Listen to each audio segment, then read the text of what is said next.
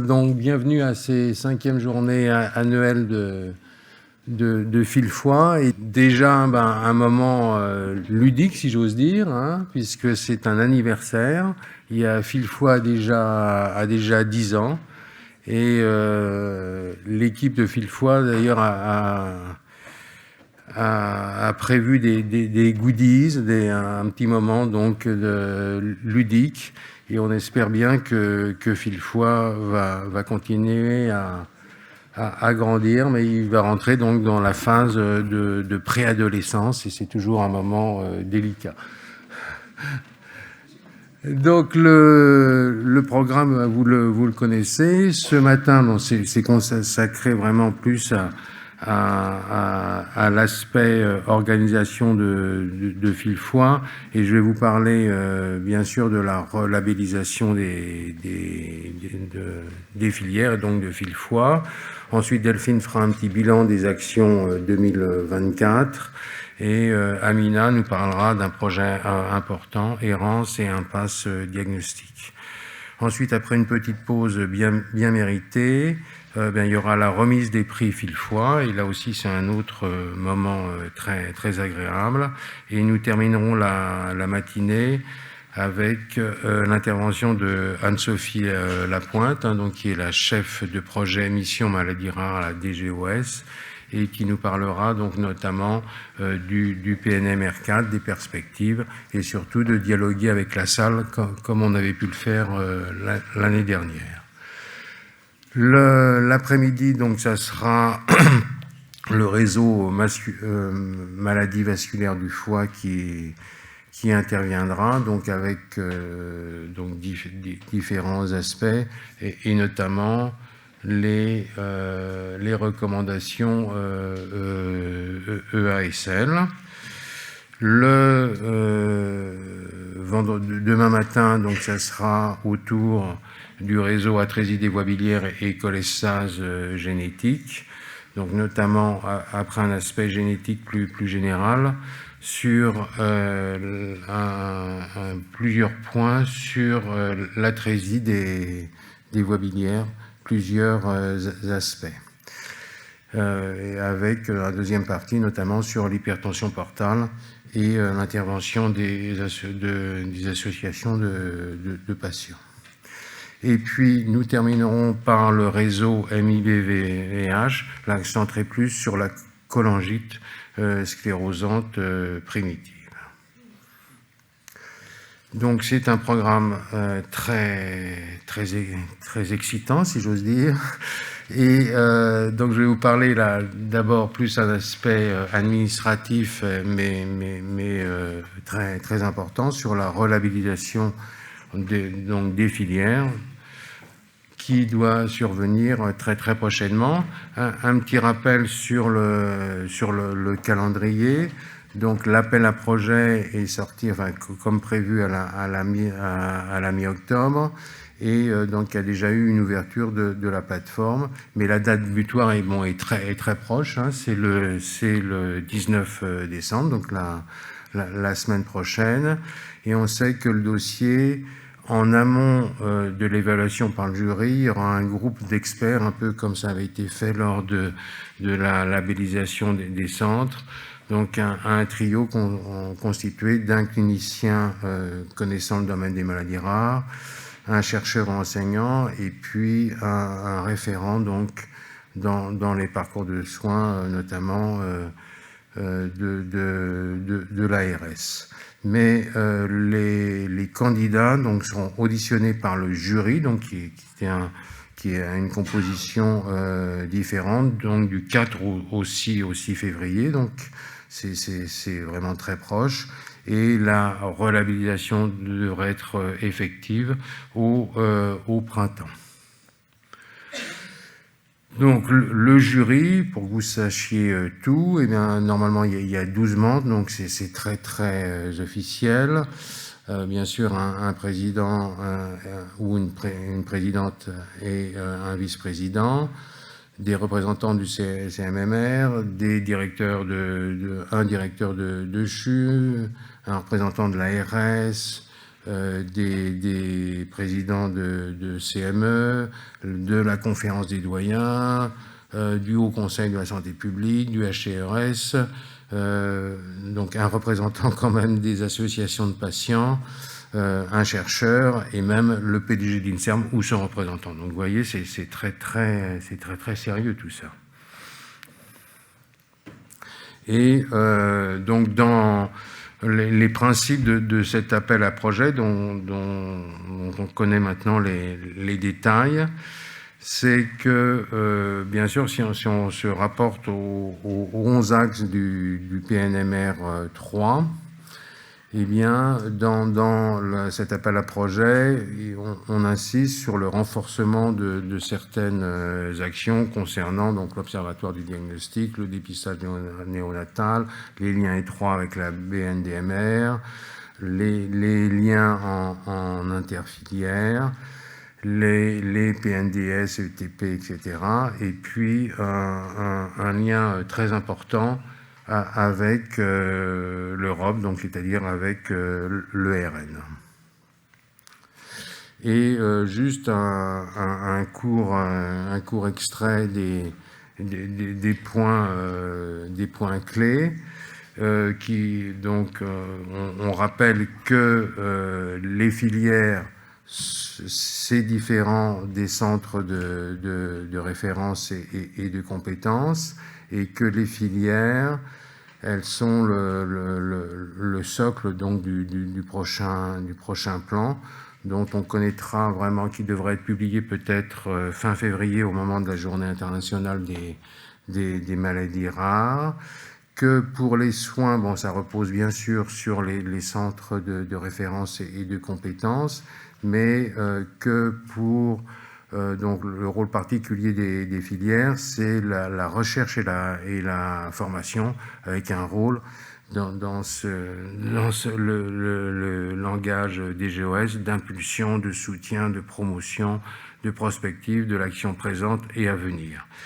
Donc un rôle bien sûr important.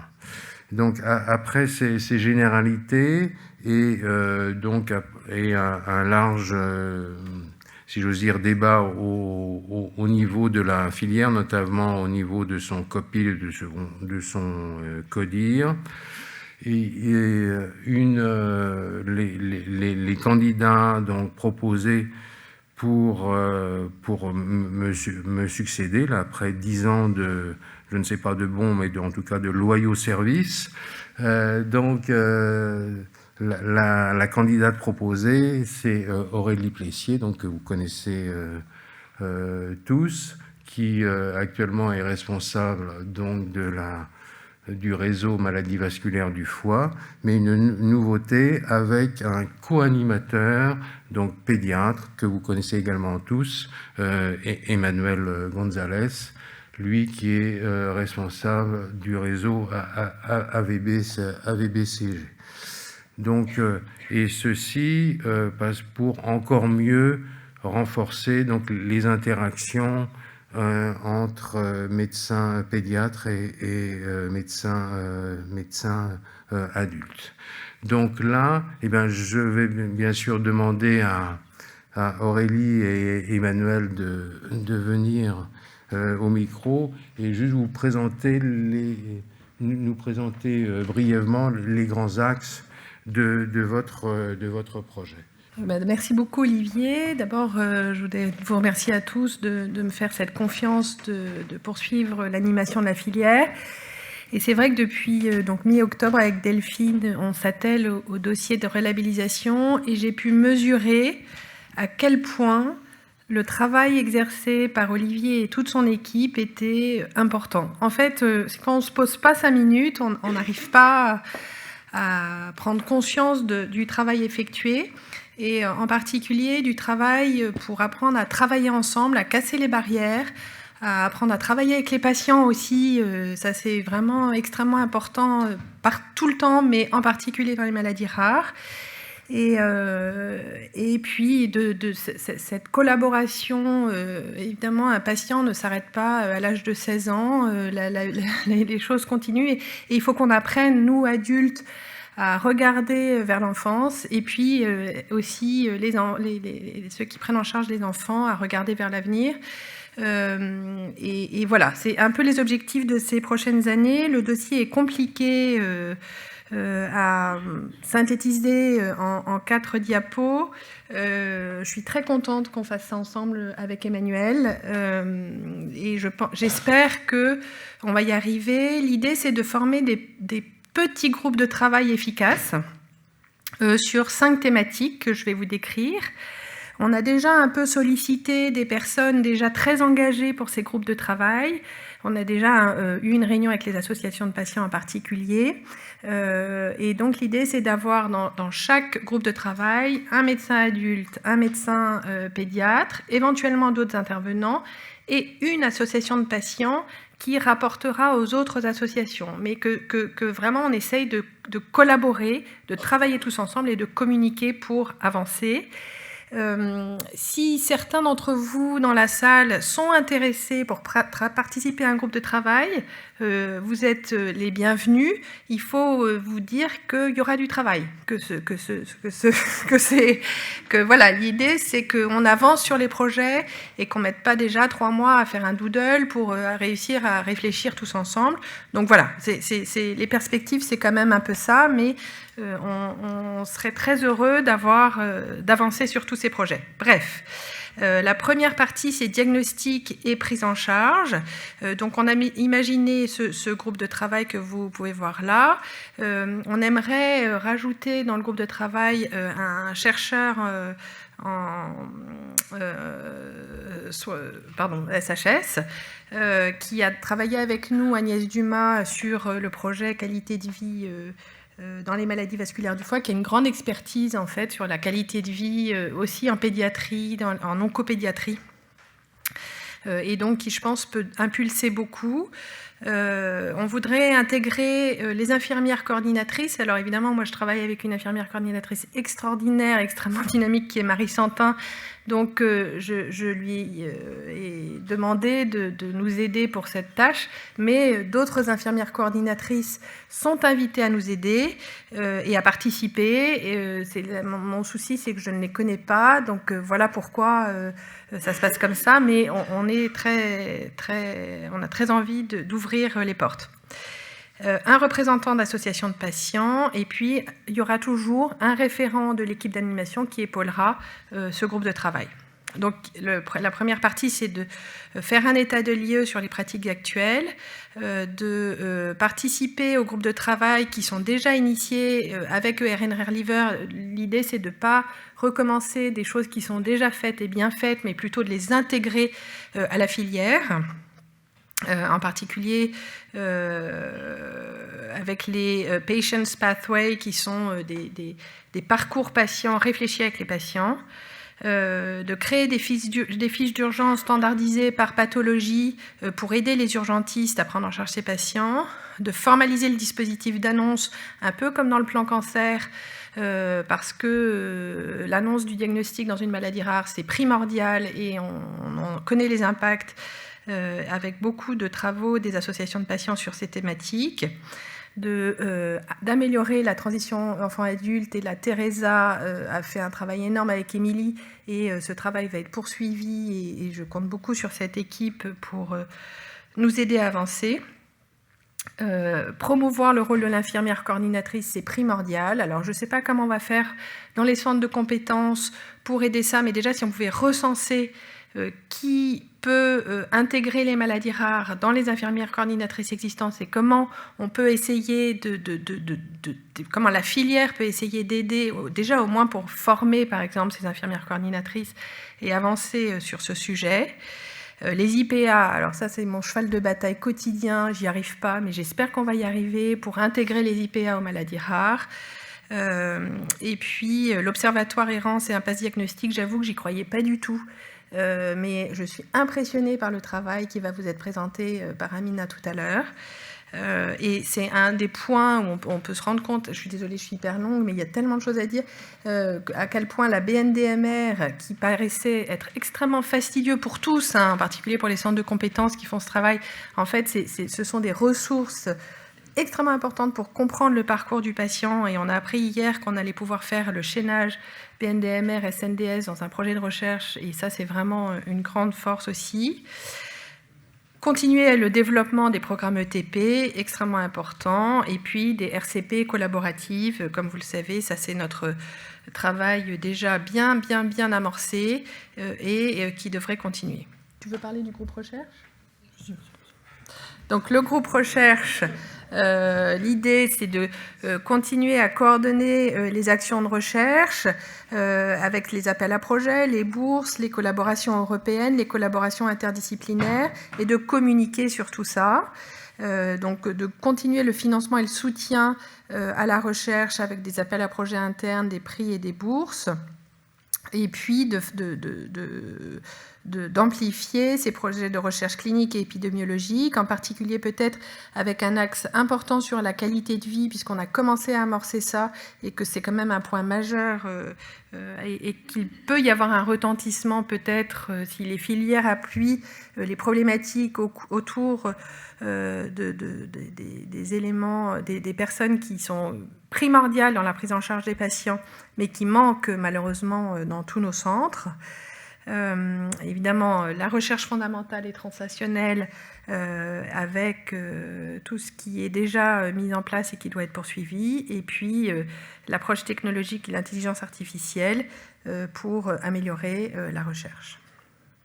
À l'Europe et à l'international, si quelqu'un est intéressé, il y a une énorme... il y a énormément de choses à faire en relation avec ERN Rare Liver en particulier. On va continuer le travail commencé avec Mathias pour bien placer la filière dans ERN Rare Liver. J'espère qu'on va pouvoir se placer de façon... voilà, de montrer notre force dans les maladies rares. Formation et information, il y a deux thématiques autour de la formation et de l'information. Et là, je suis très contente que Alix, que vous connaissez peut-être pas tous, qui est chef de clinique aujourd'hui à Saint-Antoine pendant 1 an, puis qui devrait venir à Beaujon ensuite et qui veut faire de la maladie rare, éventuellement, elle aimerait aller à Rennes. J'espère que c'est dans les projets de l'équipe de Rennes. Je sais que Pauline est là. Je l'annonce. Vraiment, vous avez de la chance. Et donc, je suis contente de cette impulsion de la jeunesse. Et ce que je voulais dire aussi au départ, c'est vraiment si des jeunes en particulier, vous pensez qu'on peut promouvoir des jeunes dans ces groupes de travail, c'est l'avenir et il faut le faire. Et donc, il y a plein de projets, des organisations d'événements, des formations de soignants non spécialistes. Il y a le DU qui est en train d'être mis en place pour 2026 sur les maladies rares. Et puis, les formations interdisciplinaires entre patients, parents et soignants.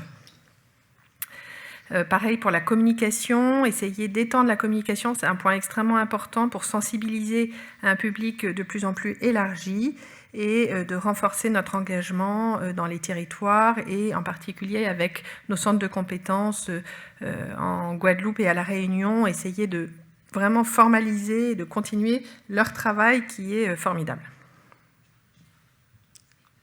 Tu veux rajouter peut-être quelque chose ? Oui, moi je voulais juste d'abord remercier Olivier pour tout le travail effectué et l'équipe de Fillefoy, et en particulier pour toute l'articulation, enfin l'aide à l'articulation entre la médecine pédiatrique et la médecine d'adulte autour de toutes ces années, et qui aboutit, je trouve, aujourd'hui à un renouvellement de filière équilibré. Donc je remercie aussi Aurélie de m'avoir fait cette proposition de co-animer la filière avec elle. Et donc, comme Aurélie l'a dit, je pense qu'il y a des enjeux pour le soin, pour la recherche et pour l'éducation qui sont majeurs à poursuivre, aussi bien à l'échelle nationale qu'à l'échelle européenne avec les enjeux de l'ERN. Et donc, je suis très content de pouvoir continuer à promouvoir les pathologies pédiatrie et essayer de relever ces enjeux en lien avec la médecine d'adulte. Voilà.